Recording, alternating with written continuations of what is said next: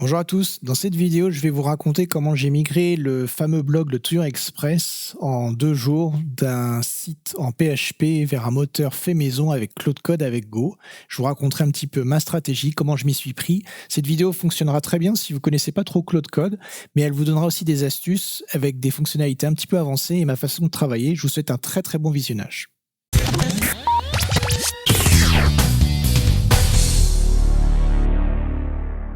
Mon blog Le Tueur Express a été créé en 2003 et il fonctionne sur WordPress depuis pas mal de temps, donc avec du PHP. Il y a plus de 900 articles, il y a 3200 commentaires, je crois, et 23 ans d'articles techniques. C'est quelque chose d'assez fun, mais ces derniers temps, en fait, à cause de l'IA, je prends des commentaires automatiques de bots et je me bats contre eux et j'en avais un petit peu marre. Donc je me suis dit, tiens, je vais faire un peu de Claude Code. Donc on est vendredi, on est le 6 mars, il est 18h quelque chose, et du coup je décide de tout migrer vers Go.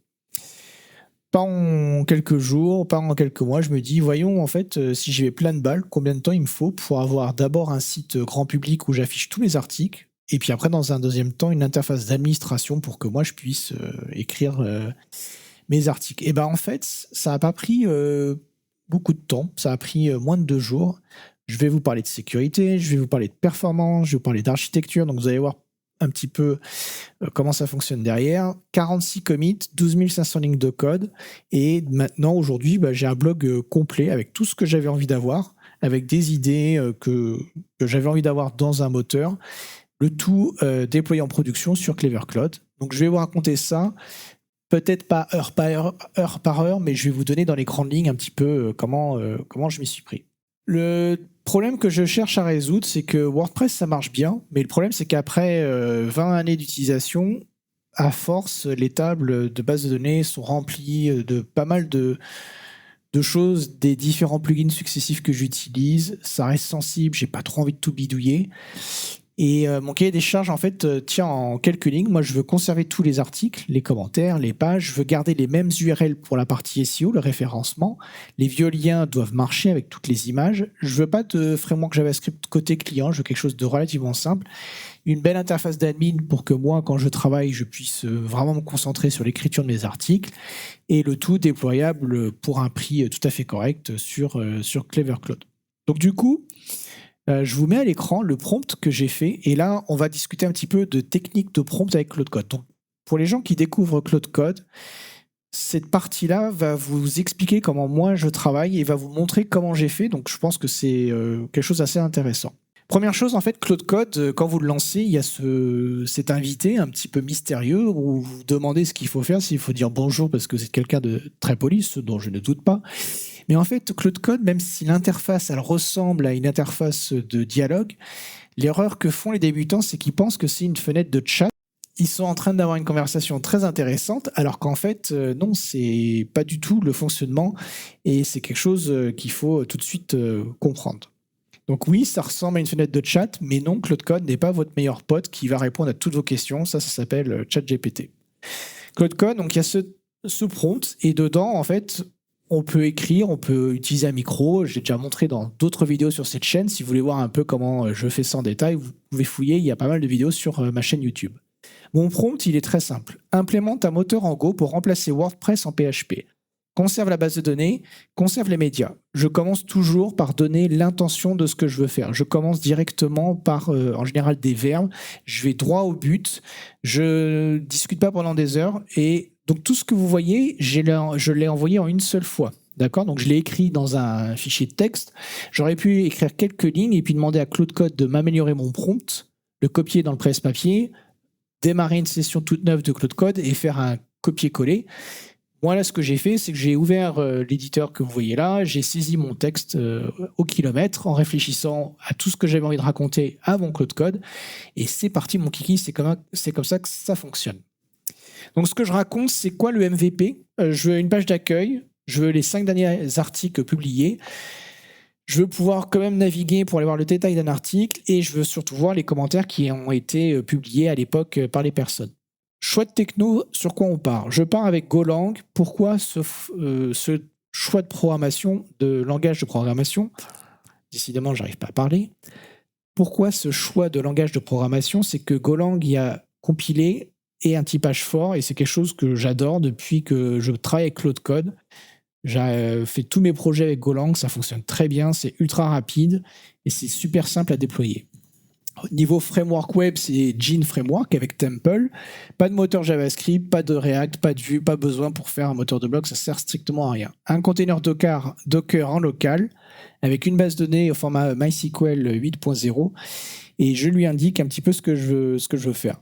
Ici, vous voyez que dans le prompt, je lui dis que j'ai dumpé ma base de données et j'ai même téléchargé via FTP en fait l'arborescence de mon blog. Je l'ai mis sur ma machine. Donc là, je lui dis si tu veux, tu n'hésites pas à me demander et il le fera rapidement un peu après.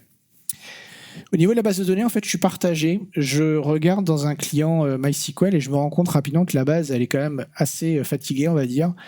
Et à l'intérieur, il y a beaucoup de choses legacy. Et forcément, quand vous regardez une base qui a pas mal d'années, c'est un peu complicado. Donc là, je me dis, c'est peut-être pas une grande idée de prendre les articles tels quels, et ça serait peut-être pas mal de les copier, donc laisser les articles anciens, mais de les copier dans des tables plus légères et de faire un nettoyage. Et c'est ce que je vais faire, et ça va me prendre un bon 20 minutes pour le faire correctement.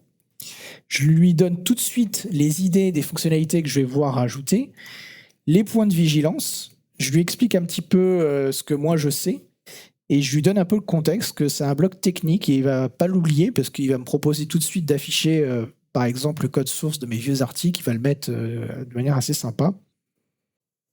Je lui indique 2 trucs intéressants. Première chose, je lui dis en fait, bon, mon gars, on va bosser ensemble, mais je voudrais que tu gardes les prompts de ce que tu fais ou une trace dans un répertoire AI. Et j'aimerais que tu me crées un petit fichier claude.md, donc ça c'est classique. Et là où ça va être intéressant, c'est que je vais lui demander de créer un fichier roadmap qui va vivre. Alors je vous montre il faut que je vous montre le fichier roadmap à l'écran. Hop, on va se mettre comme ça. Perdu, comme ça, voilà. Donc ce fichier roadmap va nous permettre de suivre un petit peu les différentes étapes de développement de ce fameux moteur de blog. Une partie sur la nav, les articles, barre de navigation, et puis des choses que je ne vais pas coder. Donc, je vais demander à Claude Code aussi de ne pas faire bêtement tout sans problème. Et après, bon là, on verra ça plus tard, mais je me suis mis un peu là-dedans un suivi, et donc ça me sert d'une session à l'autre pour pouvoir retrouver les choses. Et puis, il est 18h, c'est parti. Et en peu de temps, quand je dis peu de temps, on va parler d'une vingtaine de minutes, je me retrouve avec une architecture simple, fonctionnelle, page web en HTML, CSS. Les images sont hébergées à l'extérieur du blog sur quelque chose qui ressemble à Amazon S3, donc c'est la solution Stellar S3 de Clever Cloud. Un moteur en Go, pas beaucoup de code, très facile à relire. Je vérifie un petit peu ce qu'il fait, mais franchement, c'est plutôt simple. Et j'arrive au moins d'une demi-heure à avoir la partie grand public qui fonctionne. J'arrive à me balader dans les pages, à voir les articles. J'ai quelques petites coquilles au niveau des images. Et ma foi, c'est pas mal.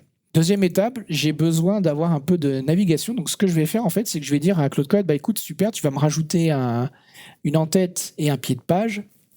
Et par contre, je ne sais pas trop au niveau inspiration graphique, donc je lui demande de me proposer 3 maquettes. Donc là, vous voyez, c'est ce qu'il fait en fait. Il m'a proposé 3 pistes, et pour cela, il m'a sorti 3 fichiers SVG. Et alors, attendez, hop, je ne vais pas disparaître, voilà. Et donc ça, comment vous faites ça? C'est un prompt, et vous lui dites, voilà, j'ai envie d'implémenter un bandeau d'entête pour un blog, j'ai besoin d'inspiration, propose-moi 3 pistes, et fais-le sous la forme d'images. Et le mieux, c'est de faire du SVG parce que SVG, c'est un format vectoriel d'une part, mais surtout, c'est un format texte. Donc ça, c'est plutôt cool.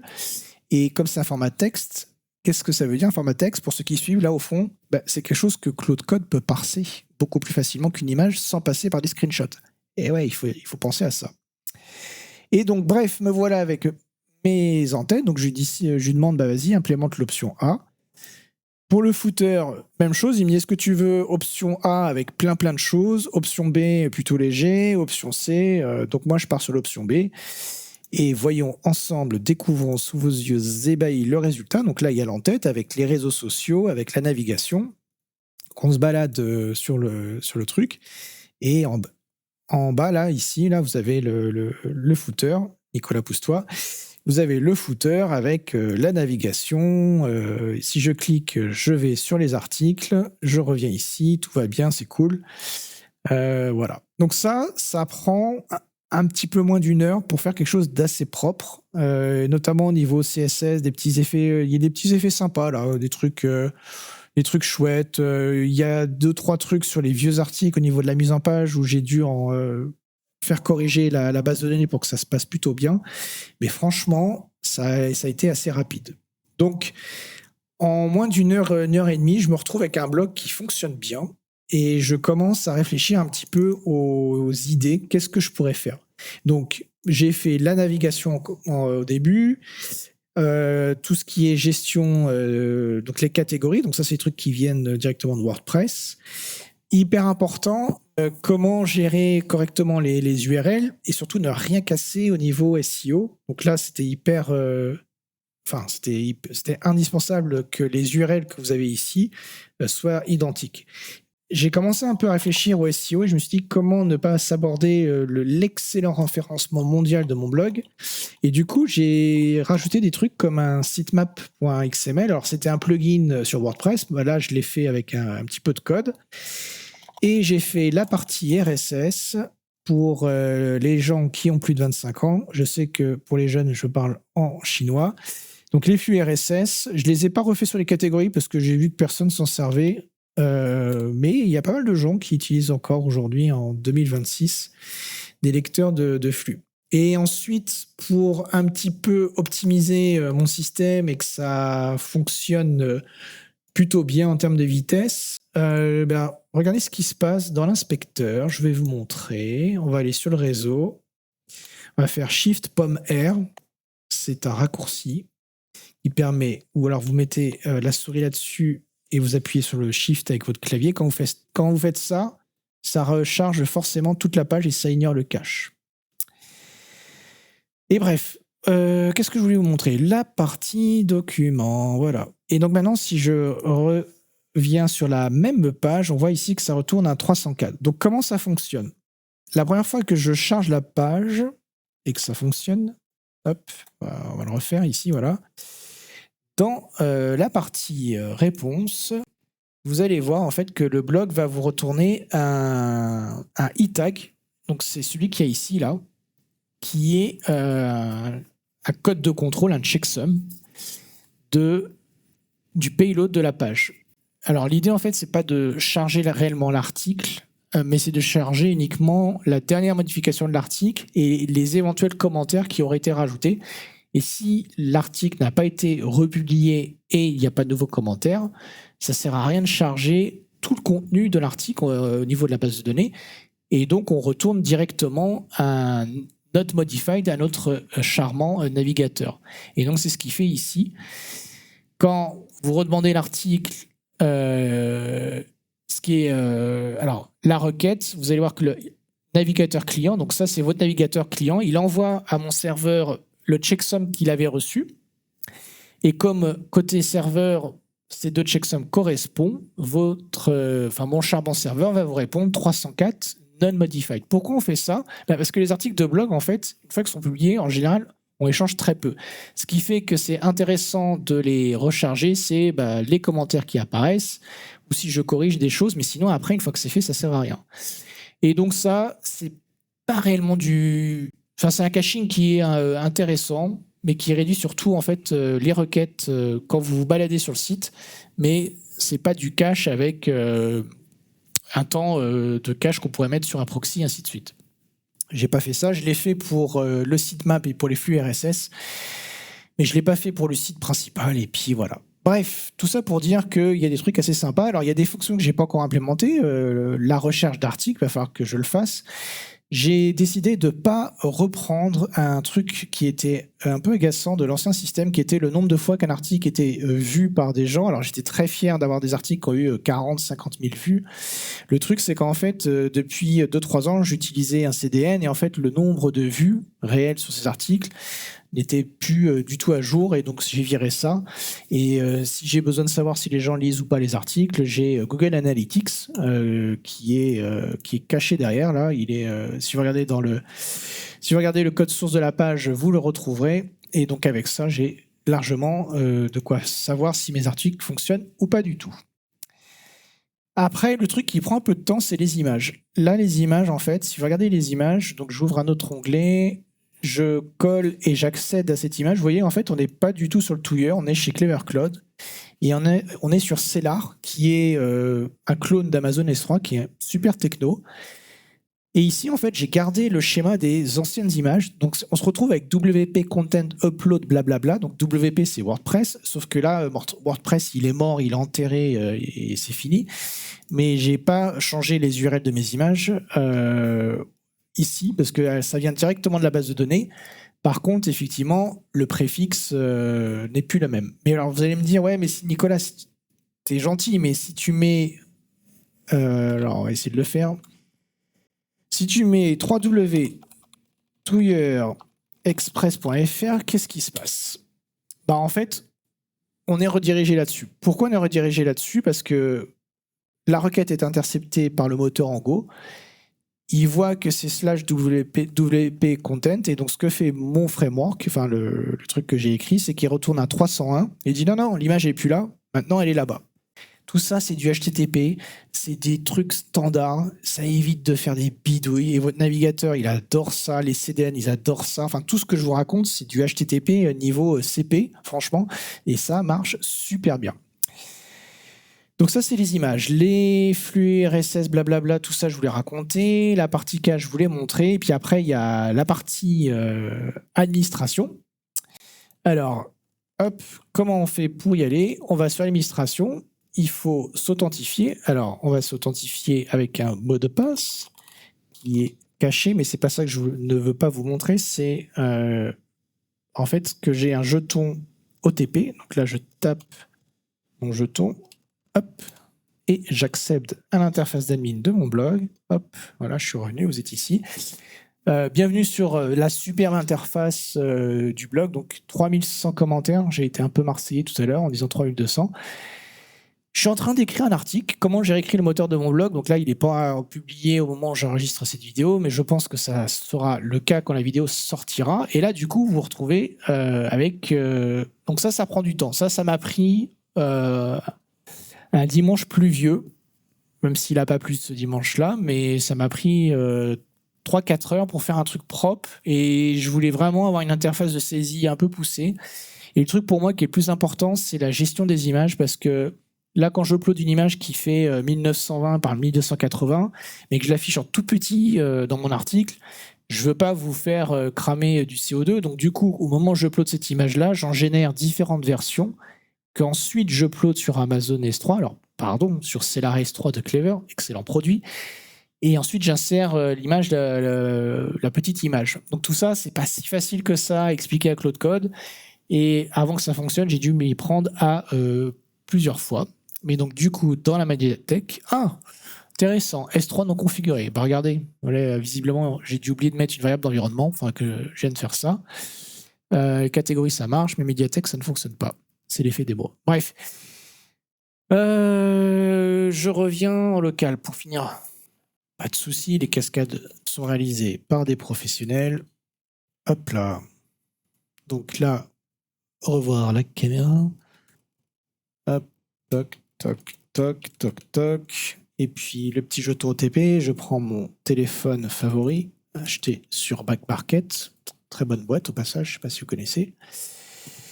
Hop, voilà. Et je suis normalement avec ma médiathèque qui fonctionne. Voilà, ici elle fonctionne parce que j'ai mis les variables d'environnement. Je ne les ai pas encore mis en prod. Oh là là, j'en ai même pas besoin. Pourquoi? Parce que les images que j'upload ici, elles vont sur le même bucket que ma prod. Donc en fait, que je le fasse en localhost ou sur la prod, on s'en fiche. Tiens, d'ailleurs, je vais vous montrer un petit truc. Je fais une petite parenthèse. Vous savez qu'au mois d'avril, il y aura Devoxx France du 22 au 24 avril. Je vous raconte un petit truc et j'espère qu'on va le faire. là, en fait, ce que vous voyez, alors il faut avoir un peu plus de 40 ans pour comprendre ce que cette publicité, parce que s'il s'agit d'une pub, hein, ce qu'elle représente. Euh, Ça parle de saucisses Erta, et il y a un petit garçon avec son grand-père qui fait un petit bateau. Il y a une petite musique très champêtre. Et bref, vous verrez, on a un petit délire en cours côté Devox France. On vous montrera ça si vous venez à Devox France. Mais sinon, on ne pourra pas vous le montrer parce qu'on ne pourra pas mettre ça sur YouTube. C'est dommage, mais c'est tellement bien. On a tellement rigolé. Préparez-vous à être surpris. Bref, revenons au moteur de blog. Donc, qu'est-ce que je peux vous raconter d'autre? Qu'est-ce que j'ai comme autre truc à vous raconter là-dessus? Quand j'ai travaillé, il y a un truc que j'ai découvert et je voulais vraiment vous dire ça. Le pied total. Là, vous voyez, en fait, il y a plein de fonctionnalités. Donc, par exemple, si on prend de 1 à 9, donc menu de navigation, pagination, aller à l'article suivant, URL et recherche. Imaginez en fait que quand vous bossez et que vous voyez que Claude Code vous propose plusieurs étapes. Le truc que je faisais avant, c'est je lui disais, bah vas-y, implémente-moi l'étape 1. Et j'attendais, implémente-moi l'étape 2, et ainsi de suite. Le truc que j'ai fait là, et qui marche super bien, c'est qu'en fait, vous pouvez demander à Claude Code de faire des trucs en parallèle. Mais là où c'est marrant, c'est que vous vous mettez dans votre terminal, dans votre session Claude Code, dit, bah voilà, aujourd'hui, je voudrais faire de 1 à 6, je voudrais faire de 1 à 7.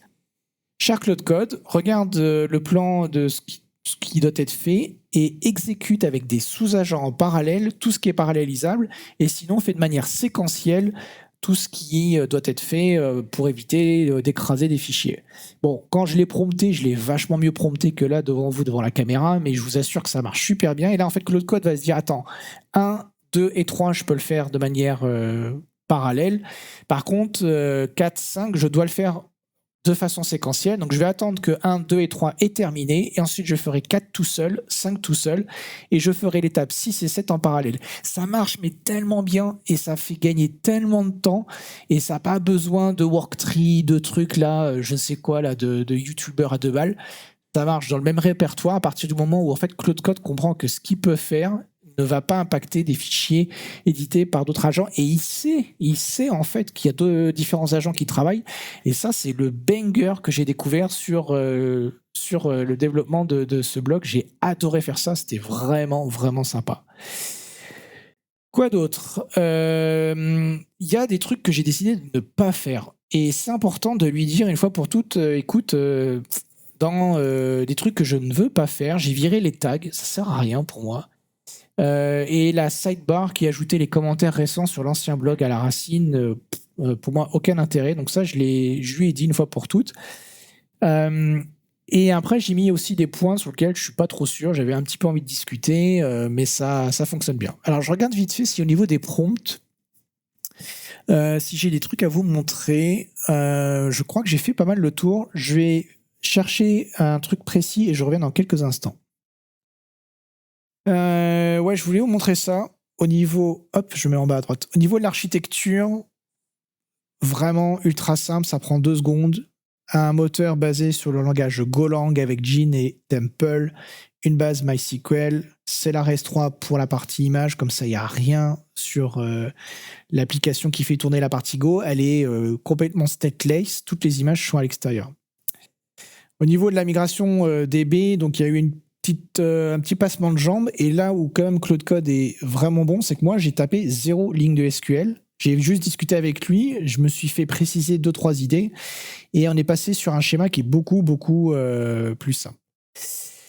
Au niveau de la structure, le truc que j'avais en fait, c'est que dans l'ancien système, il y a quand même beaucoup de plugins, des choses un peu énormes. Enfin, vous voyez, 1100 fichiers, 200 mégas de plugins. Allô, la planète, on va mourir. Alors que là, après, 52 petits fichiers en Go, 12 500 lignes de code, honnêtement, par rapport à... J'aurais presque envie de te dire, c'est 3 lignes de commentaires en PHP. Vas-y, c'est offert. Un binaire tout petit de 15 mégas et une structure très simple avec 6 grands packages. Donc, en vrai, il y a 8500 lignes de Go. Voilà, ça. 900 lignes Temple, donc toute la partie web. Et des tests parce que oui, on teste. Non, honnêtement, des tests parce que j'avais vraiment pas envie de casser quoi que ce soit. J'ai pris beaucoup de précautions, des tests qui sont même au moment où je commit mes fichiers qui sont runnés automatiquement, mes tests unitaires. Alors on n'est pas dans le monde Java, hein, avec Go ça va beaucoup plus vite, ça va tellement vite qu'en fait dans mon pré-commit au niveau Go j'ai rajouté l'exécution des tests unitaires et ça je l'ai fait pour être tranquille. Notamment des trucs un peu Sioux sur les noms des articles, les slugs, les accents. Enfin il y a quand même des trucs, au bout de 20 ans on a quand même accumulé pas mal de choses. La timeline de ce projet, je trouve ça marrant. Donc, comment j'ai fait ça? Et encore une idée qu'elle est géniale, que franchement, il faut que tu fasses ça sur ta machine. Comment j'ai fait ça, là, ce joli SVG, mais qui est génial. Je me jette des fleurs, mais je suis désolé, je trouve ça génial, moi, personnellement. En fait, j'ai dit à Claude Code, hey copain, je vais préparer une vidéo. Regarde, pour ce projet-là, les différentes sessions de Claude Code que j'ai fait, ok. Regarde les commits que j'ai fait au niveau GitHub et génère-moi un résumé qui raconte ce qui s'est passé ces 2 derniers jours sur ce projet. Alors, j'ai commencé à 18h30 et j'ai fini à 23h vendredi 7 mars, c'est cool, tout le monde sait ce que j'ai fait. Samedi, j'ai pas fini à 22h, en fait j'ai laissé ma session ouverte, je suis parti faire autre chose et j'ai bidouillé pendant toute la journée jusqu'au soir. Mais là, vous voyez, en fait, sur cet écran-là, je vais zoomer un tout petit peu. Voilà, juste comme ça. C'est génial ce truc-là. Vous êtes freelance et vous voulez être très honnête avec le client pour lequel vous travaillez. Vous pouvez lui montrer tout le boulot que vous avez fait, mais il y a tout le travail. Le commit initial, donc au bout d'une demi-heure, j'avais mon moteur qui tournait, mes URL, header, pagination, makefile, mais quand va-t-il s'arrêter? Va-t-il manger? À 20h37, on est parti manger. Et bref, à 22h06, monsieur revient. Ça y est, cache HTTP, ITAC, déploiement Clever Cloud pour bien dormir la nuit. Franchement, c'est génial. Donc pour faire ça, comment vous faites? Déjà, il faut un ordinateur. Après, vous ouvrez Claude Code et vous lui dites, s'il te plaît, résume-moi sous la forme d'un fichier SVG la timeline de ce qui s'est passé sur mon projet depuis telle date. Je crois que j'ai encore le prompt. Je vais vous montrer ça pour ce truc YouTube. Où est-ce qu'il est mon prompt? Partez pas, s'il vous plaît. Mettez un commentaire et un petit pouce pendant que je cherche pour augmenter le référencement. Et parlez-en à des amis. Vous devez en parler à 5 amis que c'est la meilleure vidéo que vous ayez jamais vue sur Internet. Bon, faut que je me dépêche parce que là, je sens que les gens me suivent plus trop. Qu'est-ce qui s'est passé? Alors voilà, crée-moi un script vidéo, blablabla. Analyse les prompts de ce projet, crée des diagrammes, ok, c'est cool. Alors voilà, regarde le temps passé en remontant l'historique des prompts depuis le 7 mars dernier. Cela doit raconter comment j'ai fait le développement. Utilise aussi Git si nécessaire. Rédige des textes à lire pour enregistrer une vidéo YouTube. Stocke les fichiers dans le répertoire AI vidéo 28. Parce que, évidemment, tout le texte que je vous dis, il est répété, il n'y a rien d'improvisé. Et j'ai un script là, j'ai un prompteur devant mon écran et je lis mon texte. Même ce texte-là, il est lu d'ailleurs. Bon, assez rigolé. Au final, qu'est-ce qu'on a? Un projet qui m'a coûté... je crois que la session, on doit être sur les 60-70 € quand même. Hein, je crois. On n'est certainement pas à 2 ou 3 € et on n'est pas non plus à 15 000 €. Mais honnêtement, pour réécrire un moteur de blog complet et sécurisé, c'est vraiment sympa. 12 500 lignes de code, 900 articles, 148 fichiers. Vous voyez un peu la tête du projet, donc c'est vraiment cool. Bref, qu'est-ce que j'ai appris dans ce projet-là et pourquoi j'ai fait ça? Nicolas, pourquoi tu n'as pas utilisé Hugo? Je sais, merci Jean-Marie Évidence, là, c'est bon là. Le truc, c'est qu'en fait, moi j'ai des idées derrière là. Je vais faire ça parce que là, c'était juste 12 heures de travail. Moi, mon truc là, c'est que j'aime bien les belles images qu'on met dans les articles de blog. Et j'ai du coup j'ai des outils comme fal.x que j'ai utilisé pour le moteur de jeu de rôle Skizweaver. Je vous mets un lien là en surimpression et en description de cette vidéo. Et je me suis éclaté à générer des images pour un moteur de jeu de rôle. Pour mon blog, en fait, pourquoi j'ai réécrit quelque chose, c'est qu'en fait, je veux utiliser l'IA. Je veux utiliser l'IA pour plusieurs choses, notamment pour générer les bandeaux de mes articles.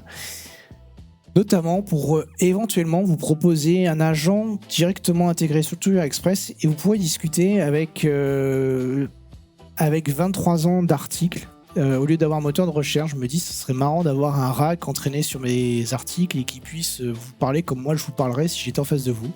Alors peut-être qu'il va vous parler un peu trop de Java alors que j'en fais plus du tout, mais bon, on sait pas. Mais j'ai des idées là, j'ai vraiment des trucs assez sympas.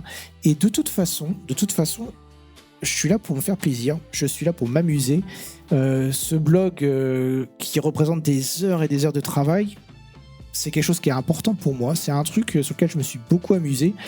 Et j'en avais un petit peu marre de ce vieux moteur. Et grâce à Claude Code, j'ai vraiment pu m'amuser à le faire. Je continue à apprendre des trucs. Vous voyez là, attendez, grâce à moi, vous avez quand même appris à faire une timeline.